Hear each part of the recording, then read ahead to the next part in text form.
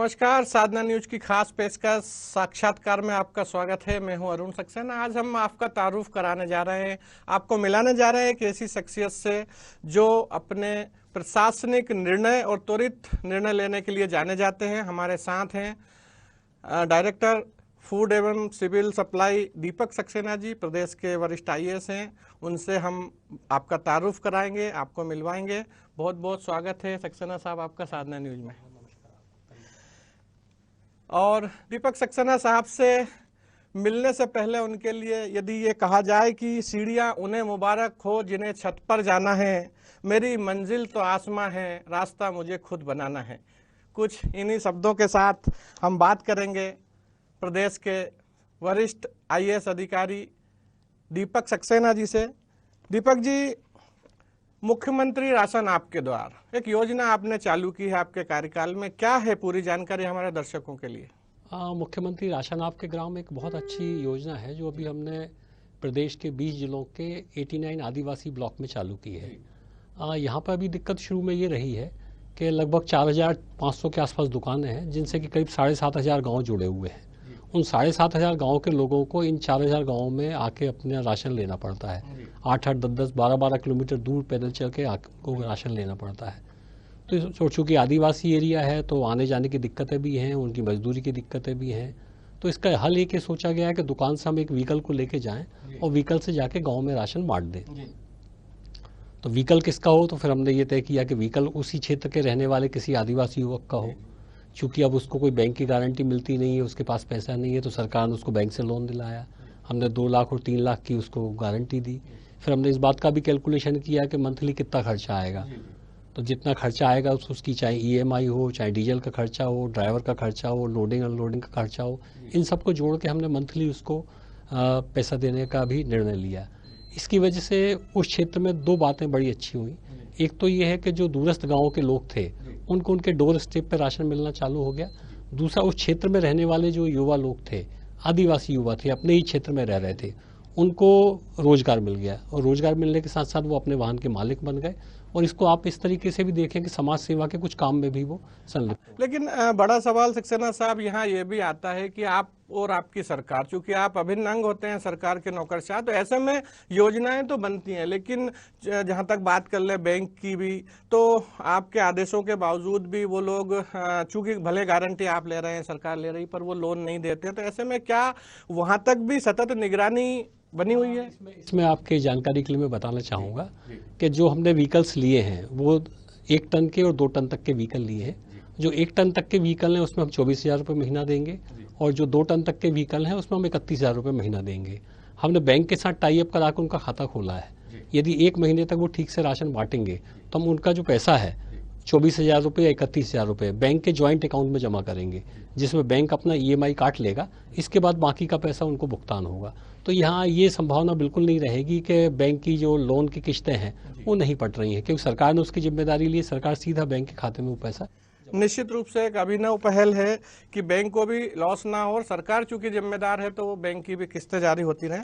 साथ ही जो खाद्यान्न आवागमन में सुविधा के लिए आपने जो चीजें बताई हैं, उसके अलावा योजनाओं का वास्तविक लाभ धरातल पर मिले, इसके लिए क्या प्रयास किए जा रहा है? मेरा आशय अभी भी ये है कि योजनाएं तो बंद कमरे में बन जाती हैं, पर मैदानी स्तर पर कई बार देखने में आता है छोटी छोटी जगहों में पात्रता पर्ची के लिए लोग परेशान होते हैं। नगर पालिका या जो स्थानीय फूड अधिकारी होते हैं वो काफी चक्कर लगवाते हैं। तो ऐसे में उस स्थिति से निपटने के लिए क्या इंतजाम किए हैं सरकार ने? देखिए, मैं आपको बताऊं, हमारा जो डिपार्टमेंट है, मेरे ख्याल है सबसे बड़ी दुकानों की चेन हमारे पास है। हम हर महीने लगभग 1.25 करोड़ लोगों को जो है राशन बांटते हैं। आप इससे एक अंदाज़ा लगा सकते हैं कि कितना बड़ा काम है। 1.25 करोड़ लोगों के घर तक या दुकान तक राशन पहुंचाना, हर महीने पहुंचाना, हर महीने उनको देना। जब इतनी बड़ी व्यवस्था होती है तो कहीं कहीं छोटी मोटी चूक हो जाती हैं। आप देखें, छोटी मोटी दुकान चलाने वाले, शॉपिंग मॉल में काम करने वाले, वहाँ भी छोटी मोटी गड़बड़ें होती हैं। जो पात्रता पर्ची की आपने बात करी, पात्रता पर्ची हम लगातार जारी कर रहे हैं। लास्ट ईयर 1 करोड़ से ज़्यादा नई पात्रता पर्ची हमने जारी की हैं।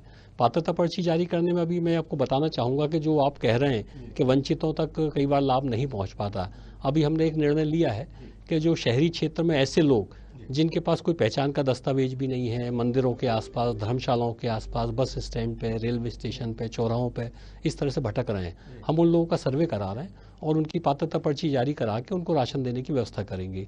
ये 15 दिसंबर से हमारा सर्वे का काम चालू हो रहा है। अगले 1 महीने में हम इस तरह सभी लोगों की पहचान करके और इनको राशन वितरण सुनिश्चित करेंगे। चलिए, निश्चित रूप से बिल्कुल, मैंने जैसा कि पहले भी कहा है कि अभिनव प्रयास और नवाचार के लिए जाने जाते हैं दीपक सक्सेना जी। तो निश्चित रूप से सरकार की योजनाओं को मैदानी अमले तक कारगुजारी करने के लिए वो प्रयासरत है। साथ ही साथ एक बड़ा सवाल सर, पीडीएस जो सिस्टम है उसमें जो मशीनें दी हैं आपने, तो कई बार ऑनलाइन नहीं होती हैं, चल नहीं पाती हैं, या फिर वो जो सेल्समैन होते हैं वो भी कहीं ना कहीं कुछ गड़बड़ी करते, इस तरह की चीज़ें सामने आती हैं। तो उस पर नकेल कसने के लिए कोई ठोस योजना? हाँ बिल्कुल, आप देखें, यदि आप आज से 5-7 साल पुराने पीडीएस सिस्टम से तुलना यदि आज की आप तक करेंगे तो मैं आपकी जानकारी के लिए बता दूं कि हमारे पास 98% इकाई ऐसे हैं जिनके आधार वेरीफाइड हैं, जो कि बायोमेट्रिक तरीके से ही राशन ले रहे हैं। केवल 2% का अंतर है। पूरे प्रदेश में लगभग 25,000 दुकानें हैं। 25,000 दुकानों में से करीब 650 दुकानें ऐसी हैं जो कि ऑफलाइन हैं। ऑफलाइन की अपनी सीमाएं हैं कि भाई जिस जगह पे दुकान है वहाँ पे अभी नेटवर्क नहीं पहुँचा है, तो उन दुकानों में हमारा जो वितरण है वो बायोमेट्रिक से नहीं हो पा रहा है। बाकी सभी जगह हमारा बायोमेट्रिक से हो रहा है। जो मशीन में कुछ खराबियां थी आपकी, समय समय पर उनमें सुधार होता रहा है। अभी हमने टेंडर किया है और टेंडर हमारा फाइनल हो गया है। अगले 2 महीने में नई मशीनें नई तकनीक के साथ नए तरीके से जो है वो दुकानों तक पहुंचेंगी और लास्ट टाइम के जो हमारे एक्सपीरियंस रहे हैं, जो लर्निंग्स रही हैं, उससे वो एक अच्छा परफॉर्म कर पाएंगे, ऐसी मैं उम्मीद करता हूँ। एक समर्थन मूल्य की बात कर लेते हैं। समर्थन मूल्य किसानों के लिए आपने लागू किया है, लेकिन जब सीजन आता है तब देखा जाता है कि उसका लाभ वस्तुतः किसान उठा ही नहीं पाते हैं। बिचौलिया बीच में काम कर जाते हैं और किसान जो है अंत में या तो परेशान होता रहता है या कोई बड़े आंदोलन की चेतावनी देता हुआ नजर। मध्य प्रदेश तो पायोनियर है पूरे हिंदुस्तान में। उपार्जन जितने अच्छे तरीके से समर्थन मूल्य पे मध्य प्रदेश में होता है, उतने अच्छे तरीके से अन्य किसी स्टेट में संभवतः नहीं हो पाता। आप देखें, हमारा साल करीब करीब 140 लाख मेट्रिक टन करीब गेहूं लेते हैं रबी में, और करीब 45 से 50 लाख मेट्रिक टन हम चावल लेते हैं, धान लेते हैं खरीफ में। और ये कुल मिला के करीब 75 लाख से ज़्यादा किसानों से हम खरीदी करते हैं। 1500 से ज़्यादा खरीदी केंद्र बनाते हैं। लगातार इसमें काम चलता है। और आपकी जानकारी के लिए बता दूं, उसके पहले से तैयारी होती है। किसानों का हम एनरोलमेंट करते हैं, रजिस्ट्रेशन करते हैं, उनके बैंक अकाउंट लेते हैं, पैसा सीधा उनके बैंक खाते में जाता है। उनका जो खाता है जितने में फसल उगाते हैं उसका हम गिरदावरी ऐप के माध्यम से वेरिफिकेशन कराते हैं। कुछ सर्टेन कंडीशन है, उन कंडीशन में हम मैदानी सर्वे भी कराते हैं। और सबसे इम्पोर्टेंट ये कि पैसा जो है किसानों के खाते में जाता है। तो जहाँ तक बिचौलियों की बात है, मुझे नहीं लगता कि किसी बिचौलिए का इस तरीके से वो हो पाएगा। एक तैयारी अभी हम और कर रहे हैं, संभवतः अगले रबी में हम उसको जारी कर पाएंगे। इस बार हम कुछ जिलों में पायलट के तौर पे कर रहे हैं कि हम अब किसानों के उन्हीं खातों में पैसा जारी कर रहे हैं जो कि आधार वेरीफाइड है। मतलब किसान का हम आधार नंबर ले रहे हैं और उस आधार नंबर से लिंक जो बैंक खाता है उसमें हम पेमेंट डाल रहे हैं। अगले रबी में हम पूरा के पूरा इस पर शिफ्ट हो जाएंगे कि आधार नंबर से जो लिंक्ड खाता है उसी में ही पैसा जाएगा, उसके अलावा नहीं जाएगा। एक स्टेप और हम इसमें आगे सोच रहे हैं कि जो आधार है, आधार वेरिफिकेशन के आधार पे ही हम आधार नंबर से ही प्रोक्योरमेंट करेंगे। मतलब जिसका आधार नंबर वेरीफाइड होगा अंगूठे से, उसी किसान से हम सामान लेंगे। टेक्नोलॉजी है बहुत अच्छी है, पर चूंकि बहुत बड़ा प्रदेश है, बहुत सारे किसान हैं, इसको धीरे धीरे परिपक्व करने में टाइम लगता है। योजना है, मुझे लगता है अगले रबी तक हम काफ़ी हद तक इसमें आगे बढ़ जाएंगे। निश्चित रूप से जब इस तरह की योजना आ जाएगी कि आधार जहां लिंक है वहीं उसी खाते में पैसा जाएगा, तो जो बिचौलिया सिस्टम है वो बिल्कुल प्रभावित होगा। अभिनव योजना है सर, आपकी बधाई के पात्र हैं। साथ ही एक अभी कमिश्नर प्रणाली लागू हुई है, तो कमिश्नर प्रणाली के बारे में क्या कहेंगे सर? पुलिस कमिश्नर प्रणाली जी। मैं आपका आशय समझ गया। इसको लेके एक्चुअली काफ़ी भ्रम है कि आईएएस बिरादरी जो है वो लगातार इसका विरोध करती है पुलिस कमिश्नरी का। वस्तु तो ऐसा नहीं है। आपने कभी हमारे इन हाउस कन्वर्सेशन देखे हों, मेरे भी कुछ आर्टिकल वगैरह अलग अलग मैगजीन्स में और अलग उस जगह प्रकाशित होते रहे हैं। आप देखिएगा, हमने कभी भी पुलिस कमिश्नरी का विरोध नहीं किया। एक्चुअली एक प्रगतिशील कदम है। 1861 का हमारा पुलिस एक्ट है। मैं तो कहता हूँ कि पुलिस कमिश्नरी से भी ज़्यादा हमको आगे और प्रोग्रेसिव और जनोन्मुखी पुलिस एक्ट बनाने की ज़रूरत है। कुछ राज्यों ने बनाया भी है, हमको भी बनाना चाहिए। जनता की बेहतरी के लिए पुलिस एक महत्वपूर्ण इंपॉर्टेंट टूल है, और पुलिस को जितना हम साधन संपन्न बनाएंगे, जितना शक्ति संपन्न बनाएंगे, उतना जनता का भला होगा। प्रश्न आप सबकी चिंता एक ही रहती है, लोगों की जो पुलिस के प्रति जो चिंताएं हैं वो उस तरह की रहती हैं। रायशुमारी होनी चाहिए, लोगों की राय जाननी चाहिए, पुलिस को ज़्यादा से ज़्यादा शक्ति संपन्न हम बनाए, इस तरह के हमको प्रयास करना चाहिए। मैं तो हमेशा से इस बात को लेकर कहता रहा हूँ कि पुलिस एक्ट बनना चाहिए, पुलिस और अधिक अधिकार संपन्न हो, और अधिक शक्ति संपन्न हो। मजिस्ट्रेट्स की जहाँ तक बात है, चूंकि मैं मजिस्ट्रेट रहा हूँ तो मेरा एक पॉइंट जरूर रहता है, मजिस्ट्रेट्स की भूमिकाएं बहुत सारी हम नहीं तय कर सकते हैं। अभी आप देखें हमारे सिविल और क्रिमिनल कोर्ट केसेज जो हैं उनकी तादाद लगातार बढ़ती जा रही है, उनकी अपनी एक सीमा है। यदि हमें डेली लॉ एंड ऑर्डर के, प्रोटोकॉल के, 107-16 के, जमानतों के, इन कामों से यदि हम हमारे मजिस्ट्रेट्स को फ्री कर पाएंगे, और यदि हम उनको सिविल और क्रिमिनल के कुछ केसेस दे दें, चाहे माइनर केस दे दें, आईपीसी की कुछ धाराओं के कार्रवाइयाँ दे दें, तो मुझे लगता है करीब 1500 न्यायालय आपको, प्रशिक्षित न्यायालय जिनको काम करने का अनुभव है, वो सीधे सीधे जनता की सेवा में लग जाएंगे। जो सिविल और क्रिमिनल न्यायालय हैं उनका काम भी, बोझ भी कम होगा, और आपको इनका भी, चूंकि अभी बहुत सारा टाइम इनका लॉ एंड ऑर्डर में निकल जाता है, अब चूंकि पुलिस उसको सीधा हैंडल करेगी, तो ये भी मुझे लगता है ज़्यादा अच्छे तरीके से न्यायालयीन काम कर पाएंगे और जनता को बेहतर सेवाएं देना चाहेंगे। मैं जरूर इस मामले में कहना चाहूँगा, भ्रम इसको दूर करें। हम कभी पुलिस कमिश्नरी के या पुलिस के सुधारों के अगेंस्ट में कभी नहीं रहे। हमेशा हम लोगों की राय, जब भी हमारे इंटरनल भी बात हुई है, अलग अलग जगह भी बात हुई है, हमने हमेशा इस बात के लिए कोशिश की है कि पुलिस में सुधार हो, पुलिस एक्ट नया बने, पुलिस अधिक जनोन्मुखी हो, रायशुमारी हो, जनता की सभी राय के साथ आगे बढ़े, और बेहतर और अधिकार संपन्न पुलिस जो कि जनहित में अच्छा काम कर सके, ऐसी हमें देने का प्रयास करना चाहिए। बिल्कुल सक्सेना साहब, सवाल का जवाब आपने दे दिया। फिर भी जो अमूमन बातें हैं वो सामने आती हैं कि पुलिस कमिश्नर प्रणाली लागू होने से जो नौकरशाह हैं उनके अधिकारों में कटौती होगी, ऐसा कहा जा रहा है। जी जी, एज ए कलेक्टर यदि आप बात करें, चूंकि पुलिस कमिश्नर जिले में काम करेंगे तो कलेक्टर के उस पर अधिकारों की बात कही जाती है। एज ए कलेक्टर करीब करीब 35 से 38 डिपार्टमेंट का काम करते हैं, उसमें से पुलिस का डिपार्टमेंट एक डिपार्टमेंट है। यदि आप काम की तुलना करेंगे तो मुश्किल से 1.5 से 2% काम ही आता होगा जो पूरे इस क्षेत्र में आता है, जो टोटल हम काम करते हैं उसकी तुलना में। पर चूंकि लॉ एंड ऑर्डर से जुड़ा हुआ काम रहता है, कई बार विपरीत परिस्थितियां रहती है, तो पब्लिक की निगाह में ज़्यादा आता है। जहाँ तक अधिकार जाने की बात है, मुझे नहीं लगता कि ऐसे कोई बहुत बड़े अधिकार चले जाएंगे जिनसे कि कोई खास असर पड़ेगा। एक्चुअली दोनों डिपार्टमेंट का कोऑर्डिनेशन इतना ज़्यादा डेवलप हो गया है, ये अंग्रेजों के ज़माने की व्यवस्था है, जबकि एक के ऊपर दूसरा चेक बैलेंस चलता था। काफ़ी लंबे समय तक चलने की वजह से जो है पुलिस का और कलेक्ट्रेट का, डीएम और एसपी का कोऑर्डिनेशन इतना अच्छा डेवलप हो गया है कि अब सामान्य तौर पे दोनों के बीच में किसी तरह के चेक बैलेंस की बात नहीं रहती। दोनों मिलकर एक ही निर्णय लेते हैं जो कि जनता की बेहतरी के लिए होता है। तो नो डाउट ये बहुत पुराना अंग्रेजों के ज़माने की व्यवस्था चली आ रही है। इसमें यदि आप सुधार करते हैं तो इससे अच्छा कुछ हो नहीं सकता। दूसरी बात यह है कि केवल 2 जिलों के, और वो भी नगरीय क्षेत्रों में ही हुआ है। अभी भी हमारे 50 जिले हैं जिसमें ग्रामीण क्षेत्र भी पूरा है, उसमें तो नो डाउट डिस्ट्रिक्ट मजिस्ट्रेट काम करेंगी। तो ऐसा नहीं है कि कोई अधिकार बहुत चले गए हैं या उन अधिकारों से कोई खास फर्क पड़ने की संभावना रहेगी। व्यवस्थाओं में यदि मूलभूत सुधार होता है तो निश्चित रूप से आईएएस ला भी उसका स्वागत करती है, ऐसा कहना है हमारे साथ बैठे हुए प्रदेश के वरिष्ठ आईएएस दीपक सक्सेना जी का। सक्सेना साहब, यहाँ चूंकि आपने पहले ही क्लियर कर दिया है कि इस निर्णय से सरकार की एक बड़ी लाभी नाखुश है, तो खैर इस प्रश्न पे अब जाना ठीक नहीं है, लेकिन इसके साथ ही साथ में चूंकि इस व्यवस्था को अभी भी समझने में कहीं ना कहीं चूक है, तो हमारे दर्शकों को यदि आप ब्रीफ कर पाएं पुलिस कमिश्नर प्रणाली को तो थोड़ा ठीक रहेगा, आपसे अपेक्षा। जी, जो पुलिस कमिश्नर सिस्टम है उसमें जो मजिस्ट्रेट के पावर हैं, खासतौर से प्रिवेंटिव एक्शन में, धारा 144 में, वो पुलिस कमिश्नर को चले जाते हैं। और एक अच्छी बात भी है, पुलिस यदि मान लो प्रिवेंटिव एक्शन में उनको लगता है कि कोई व्यक्ति कुछ अपराध करने का आशय रखता है, कोई गंभीर घटना घटित कर सकता है जिससे कि लॉ एंड ऑर्डर बिगड़ सकता है, वो उसको अरेस्ट करते हैं। अरेस्ट करने के बाद वो मजिस्ट्रेट के सामने उसको पेश करते थे, मजिस्ट्रेट उसकी सुनवाई करते थे, फिर जेल वारंट बनना है, उसको छोड़ना है, वो निर्णय करते थे।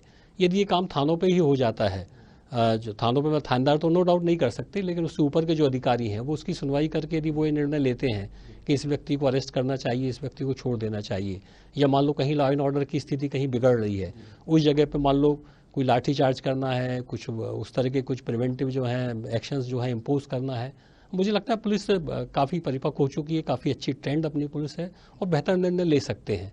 मजिस्ट्रेट की भी जो हमारी, मैं कई सालों से जो मजिस्ट्रेट रहा हूँ और देखता आ रहा हूँ, मतलब ऐसा शायद ही कभी हुआ हो इस तरह की स्थिति में कि मजिस्ट्रेट का और पुलिस का कोई अलग रुख रहा हो। सामान्य तौर पर जो निर्णय पुलिस लेती है उसी में हमारी सहमति रहती, या जो निर्णय हम लेते हैं उसमें पुलिस की सहमति रहती है। तो मुझे लगता है कोई फील्ड में भी इसके क्रियान्वयन पर देखा जाए तो थोड़ी सी गति निश्चित तौर से आएगी, और मुझे लगता है पुलिस के काम इसमें तेज गति से बढ़ेंगे, और जो इस तरह के व्यापक कानून व्यवस्था की स्थितियां हैं उनमें निश्चित तौर से सुधार। चलिए, निश्चित रूप से कानून व्यवस्थाओं में सुधार होगा। साथ ही साथ सर, एक बड़ा विभाग और आपके पास रहा, आप एमडी ऊर्जा रहे हैं, नवकरणीय ऊर्जा में आपने हालांकि समय कम दिया है, लेकिन उस कम समय में भी आपने बहुत सारे प्रोजेक्ट वहां पे चालू कर दिए थे। सोलर ऊर्जा के क्षेत्र में एक नव आयाम स्थापित किया, यदि ये कहें हम, चूंकि साधना न्यूज के दर्शकों ने काफी सराहा थे आपके उन सारे प्रोग्रामों को, तो कितने काम सर उस समय में आपने किए हैं? देखिए, सौर ऊर्जा के क्षेत्र में मध्य प्रदेश एक नया उभरता हुआ प्रदेश बनने जा रहा है। जब मैंने ज्वाइन किया था उस समय रीवा का एक ultra mega solar project already तैयार था, हाँ पहले से तैयार था। उसका माननीय प्रधानमंत्री जी ने लोकार्पण किया था। इसके बाद हमने आगर शाजापुर नीमच का एक 1500 मेगावाट का प्रोजेक्ट किया। फिर हम छतरपुर में एक प्रोजेक्ट करने जा रहे हैं। ओंकारेश्वर में हमने परिकल्पना करी कि ओंकारेश्वर का जो बांध है उस पर एक floating solar power park 600 megawatt का बनाया जाए। उसका वर्ल्ड बैंक की सहायता से सर्वे भी हुआ और उसमें भी काफ़ी आगे बढ़ गए हैं। इसके साथ साथ सोलर रूफटॉप के लिए भी, किसानों के लिए, किसानों को खेतों पे सोलर पंप लगाने के लिए, किसानों को खेत में 2-2 मेगावाट के सोलर पावर प्लांट लगाने के लिए, इस दिशा में भी हम लोग काफ़ी आगे बढ़े। और मुझे लगता है मध्य प्रदेश अपनी भौगोलिक स्थिति की वजह से रिन्यूएबल एनर्जी के लिए, खासतौर से सोलर और पवन ऊर्जा दोनों में ही काफ़ी लंबी छलांग लगा सकता है। लगभग मुझे लगता है 35 से 40 हज़ार मेगावाट का बिजली प्रोड्यूस करने का मध्य प्रदेश में स्कोप है।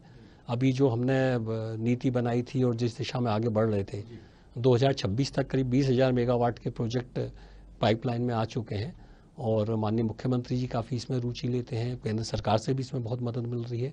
मुझे लगता है बहुत अच्छा परिदृश्य सौर ऊर्जा के क्षेत्र में मध्य प्रदेश का देशव्यापी रहेगा। और निश्चित रूप से जो परंपरागत ऊर्जा के स्रोत हैं उनसे ज़्यादा सस्ती ये बिजली पड़ रही थी। ओबियसली अभी जो हमारा आगर शाजापुर नीमच का जो टेंडर हुआ था वो लगभग 2 रुपये 15 पैसे उसमें लोएस्ट रेट आया था। इस रेट में आप कल्पना नहीं कर सकते कि आपको कोयले से या अन्य किसी उससे हाइड्रो से बिजली मिल पाएगी, क्योंकि कोयला एक तो ट्रांसपोर्टेशन की समस्याएं हैं, उसको निकालने की समस्याएं हैं, प्रदूषण की समस्याएं हैं, हाइड्रो में आपके विस्थापन वगैरह की समस्या है। उनकी तुलना में सोलर एनर्जी जो है एकदम क्लीन एनर्जी है, कहीं कोई पॉल्यूशन नहीं है, कहीं कोई विस्थापन नहीं है, किसी तरह की कोई दिक्कत नहीं। बिल्कुल, निश्चित रूप से ये एक अभिनव प्रयास था आपका। साथ ही साथ मैदानी पदस्थापना की यदि बात करें तो बिकम ए कलेक्टर, आप नरसिंहपुर में आपकी पहली पदस्थापना हुई थी। जितना कार्यकाल आपने वहां बिताया, आज भी लोग वहां चूंकि याद करते हैं, सोशल मीडिया पे आपके बहुत सारे फॉलोअर्स हैं। लॉकडाउन जब पहला लॉकडाउन आया तो प्रदेश में सबसे पहला जिला था नरसिंहपुर जिसमें लॉकडाउन आपने जारी किया था। हाँ, ये सही है। देखिए, आप मेरी बात यदि करें तो मैं बड़ा खुशकिस्मत अपने आप को मानता हूँ कि मेरे साथ डॉक्टर्स की टीम बहुत अच्छी थी। खुशकिस्मती से मेरे एसपी जो थे वो भी डॉक्टर थे, और उस समय आपको पता है कि उस समय कांग्रेस की सरकार थी और इनके मंत्री कुछ उस टाइप का शिफ्टिंग चल रहा था। 20 मार्च के आसपास की बात है ये। तो उस समय तक कुछ समझ में नहीं आ रहा था कि क्या करना चाहिए। तो हमने हमारे डॉक्टर से सलाह करी, उन लोगों ने हमको राय दी कि साहब ये धीरे धीरे करके गंभीर हो जाएगा यदि अपन ने इसको रिस्ट्रिक्ट नहीं किया। मैंने मेरे साथियों की राय पे भरोसा किया और हमने लॉकडाउन जारी किया। कुछ दिनों बाद सरकार की तरफ से भी लॉकडाउन के निर्देश हुए। हफ्ते 1.5 हफ्ते हमने पहले किया, बस इतनी सी बात है, पर उसका प्रभाव निश्चित तौर से जनमानस पे बड़ा अच्छा पड़ा। जनता को ये गया कि उनका प्रशासन जो है वो आगे की सोचता है, ये बात उनके मन में गई। इसीलिए लॉकडाउन जो है नरसिंहपुर में बड़ा प्रभावी रहा और कोई कैजुअलिटी नहीं हुई जब तक मैं रहा वहाँ पे, और मरीजों की संख्या भी बहुत गिनी चुनी लास्ट में निकली। एक अच्छा लॉकडाउन रहा जिसमें जनता ने बहुत सहयोग किया, और मुझे लगता है यदि ऐसी ही कार्रवाई संभवतः हम सब जगह कर पाते तो जो सेकंड वाला जो आया उतना शायद नहीं हो पाता। बिल्कुल सर, अच्छी बात आपने कही है कि आपने डॉक्टर आपके साथ थे, टीम पे आपने विश्वास किया। साथ ही जो मीडिया है उसके लिए भी आप समय समय पर वहाँ एडवाइजरी जारी करते थे। पहले कुछ समय साथ रखा, फिर उसके बाद आपने उनको भी स्पष्ट रूप से मना कर दिया था कि जो सूचना है मैं आप तक पहुँचाऊंगा, या आपका भी परिवार। मीडिया जी हमारे साथ ही है। मैं देखता था कि जब वो मीडिया के लोग बाहर निकलते थे बहुत रिस्क ले लेते थे वो, तो मुझे लगा कि उनको भी समझाइश देनी चाहिए, क्योंकि दूसरा क्या है कि यदि आप जनता को जमाने भर को कहते रहें, फिर आपके साथ जो मीडिया के साथी हैं यदि उनको आप रक्षा नहीं कर पा रहे हैं, उनको नहीं बचा पा रहे हैं, तो एक गलत मैसेज जाने की संभावना थी। मैंने अपनी चिंता साथियों के सामने जाहिर की और उन्होंने उस बात को बहुत अच्छे से लिया, और हम सब ने मिलकर जो है इस तरह से टाइम शेड्यूल डिसाइड किया कि वो क्वेश्चंस भेज देते थे, मैं उनको जवाब चाहे बाइट के माध्यम से या टेलीफोन के माध्यम से या पोस्ट के माध्यम से उनको देता था, और एक बड़ा अच्छा वातावरण उससे निर्मित हुआ।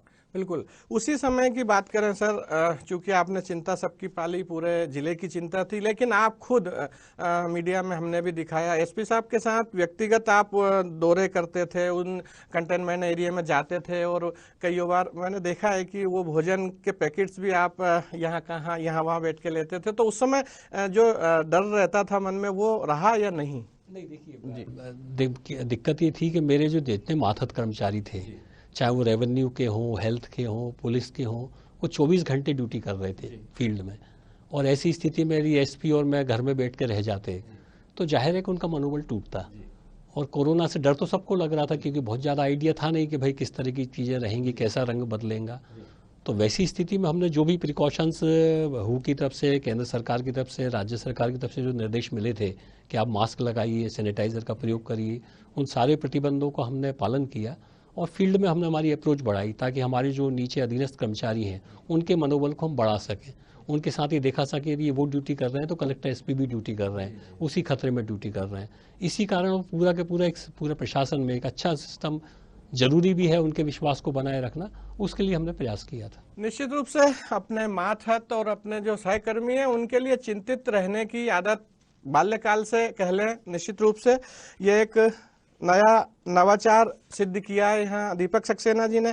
सर, एक लंबा कार्यकाल आपने राजधानी में निर्वाचन में दिया है। कई बार देखने में आया है कि जो रिटर्निंग ऑफिसर या सहायक रिटर्निंग ऑफिसर संवीक्षा तिथि के पहले कुछ फॉर्मों को निरस्त कर देते थे, चाहे वो टेक्निकल हो या अन्य वजह हो। तो ऐसे में उस चुनाव को शून्य घोषित करके नई तारीखों का ऐलान करना, तो वो सर कितनी बारीकी का काम होता है? देखिए, मैं आपको बताऊं, मतलब दुनिया के सबसे कठिन चुनाव पंचायत के चुनाव। जी। कैसे, मैं आपको बताता हूँ। एक चुनाव हो, किसी भी चुनाव में नॉमिनेशन होते हैं, वोटिंग होती है, काउंटिंग होती है। यदि आप विधानसभा की तुलना करें तो विधानसभा में 230 सीटों पर चुनाव होता है, मतलब 230 सीटों पर लोग नॉमिनेशन फाइनल करते हैं। 230 में लगभग 2,500-3 हज़ार उम्मीदवार होते हैं, उतने चुनाव लड़ते हैं, उतनी हो जाती। लोकसभा की बात करें तो मात्र 29 सीटें हैं।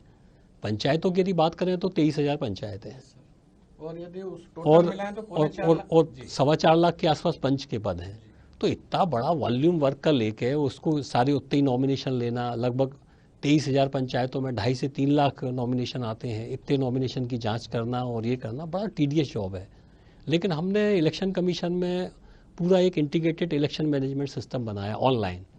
जो आप कह रहे हो, मुझे याद है जब हमने इसको डाटा को किया था तो लगभग 12 से 13% चुनाव में रीपोल होता था, इन्हीं गलतियों की वजह से कि कभी चुनाव चिन्ह गलत अलॉट हो गया, कभी उम्मीदवार का क्रम ऊपर नीचे हो गया, कभी उम्मीदवार का नाम गलत लिखा गया। जब हमने इंटीग्रेटेड इलेक्शन मैनेजमेंट सिस्टम लागू किया तो रीपोल की जो संख्या है, जो टेक्निकल कारणों से होती थी, वो शून्य हो गई।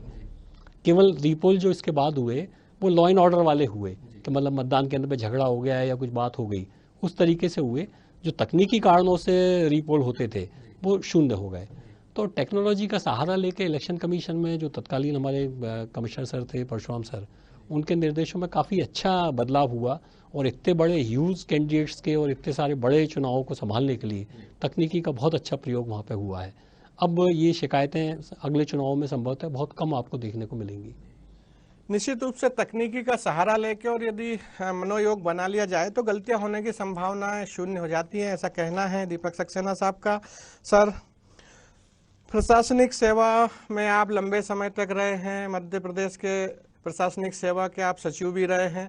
बहुत सारे आपके जो जूनियर्स बैच के अधिकारी हैं वो आज भी आपको इसलिए याद करते हैं कि यदि दीपक सर हैं तो निश्चित कोई ना कोई हल निकलेगा किसी भी समस्या का। तो ये एक विश्वास कायम करना सर बड़ी टेढ़ी खीर होती है। देखिए, अनुभव से लोग सीखते हैं, मतलब जैसे जैसे आप एक्सपीरियंस आपका बढ़ता जाता है, आपको समझ में आने लग जाता है कि कुल मिला के काम आपको टीम वर्क के साथ करना है।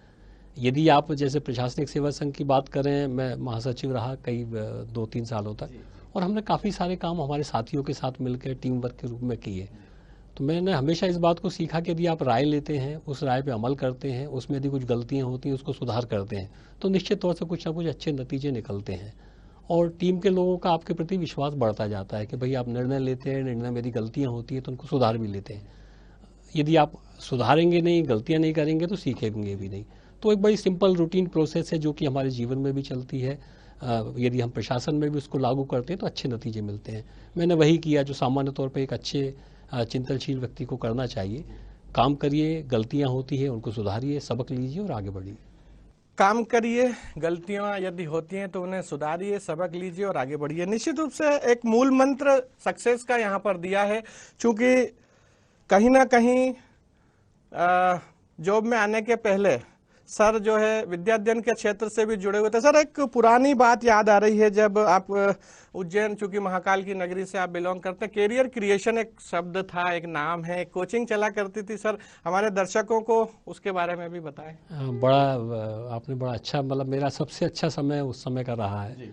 कैरियर क्रिएशन, हम एक कोचिंग क्लासेस चलाते थे जिसमें प्रशासनिक सेवाओं में आने के लिए लोगों को कोचिंग दी जाती थी। 25 साल से ऊपर का अरसा इस बात को हो गया, पर लोगों को अभी भी याद है। ये मुझे बड़ा अच्छा इस बात को लेकर लगता है।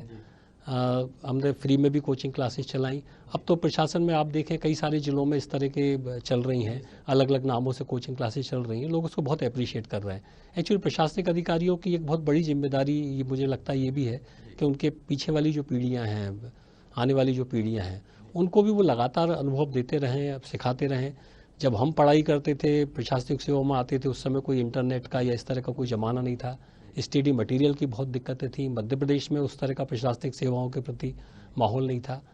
तो बच्चों को हमने एक मंच देने की कोशिश करी। जब मैं सिलेक्ट हुआ तो मुझे लगा कि मैंने जितना कुछ संघर्ष किया है पढ़ाई को लेके, स्टडी मटेरियल को इकट्ठा लेके, नोट्स को लेके, कुछ कोचिंग के माध्यम से लोगों तक पहुँचाना चाहिए।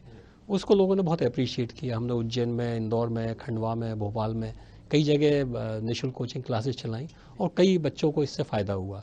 और आगे चल के कई जिलों में फिर ये चलता रहा, लोग करते रहे। अभी भी कई जगह आप देखें हमारे कई साथी अधिकारी बहुत अच्छे से बच्चों को शिक्षित कर रहे हैं, आगे बढ़ा रहे हैं और मध्य प्रदेश से लगातार बच्चे आगे निकल रहे हैं। लास्ट टाइम आपने देखा होगा कि भारतीय प्रशासनिक सेवा में करीब 37 बच्चों का सिविल सेवा परीक्षा में मध्य प्रदेश से सिलेक्शन हुआ, जिसमें माननीय मुख्यमंत्री जी ने खुद अपने बुला के उनसे संवाद किया और उनको किया।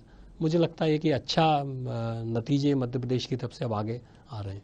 बिल्कुल, निश्चित रूप से सर, एक अच्छी योजना उस समय आपने जो आपके मस्तिष्क में आई थी उसको मूर्त रूप दिया। और कहीं ना कहीं वही एक कारण है कि यदि मैं बात कर लूँ पड़ोसी जिला सागर, वहाँ पे नगर निगम कमिश्नर राम प्रकाश अहिरवार जी हैं, तो निश्चित रूप से आपके बहुत बड़े फैन हैं और आपकी उस स्टडी को, उस कोचिंग को आज भी याद करते हैं, कई बार चर्चा होती है। तो ऐसे काफ़ी नाम है, अब चूंकि समय उतना होता नहीं है। आज आप हमारे साथ में आए सर, निश्चित रूप से कोई संदेश हमारे साधना न्यूज के दर्शकों को देना चाहें?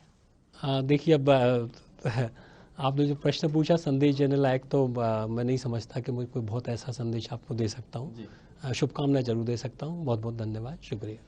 कहते हैं मंजिल उन्हीं को मिलती है जिनके सपनों में जान होते हैं और परों से कुछ नहीं, हौसलों से उड़ान होती है। हमारे साथ थे प्रदेश के वरिष्ठ IAS दीपक सक्सेना जी। आज हमने साक्षात्कार में उनसे बात जारी रखी, अपने कार्य क्षेत्र को बताया, साथ में जो एक संदेश होता है अन्य विभिन्न विषयों पे वो दिए। ये सिलसिला जारी रहेगा। फिर कभी किसी अन्य अधिकारी के साथ हम बैठेंगे। तब तक के लिए नमस्कार।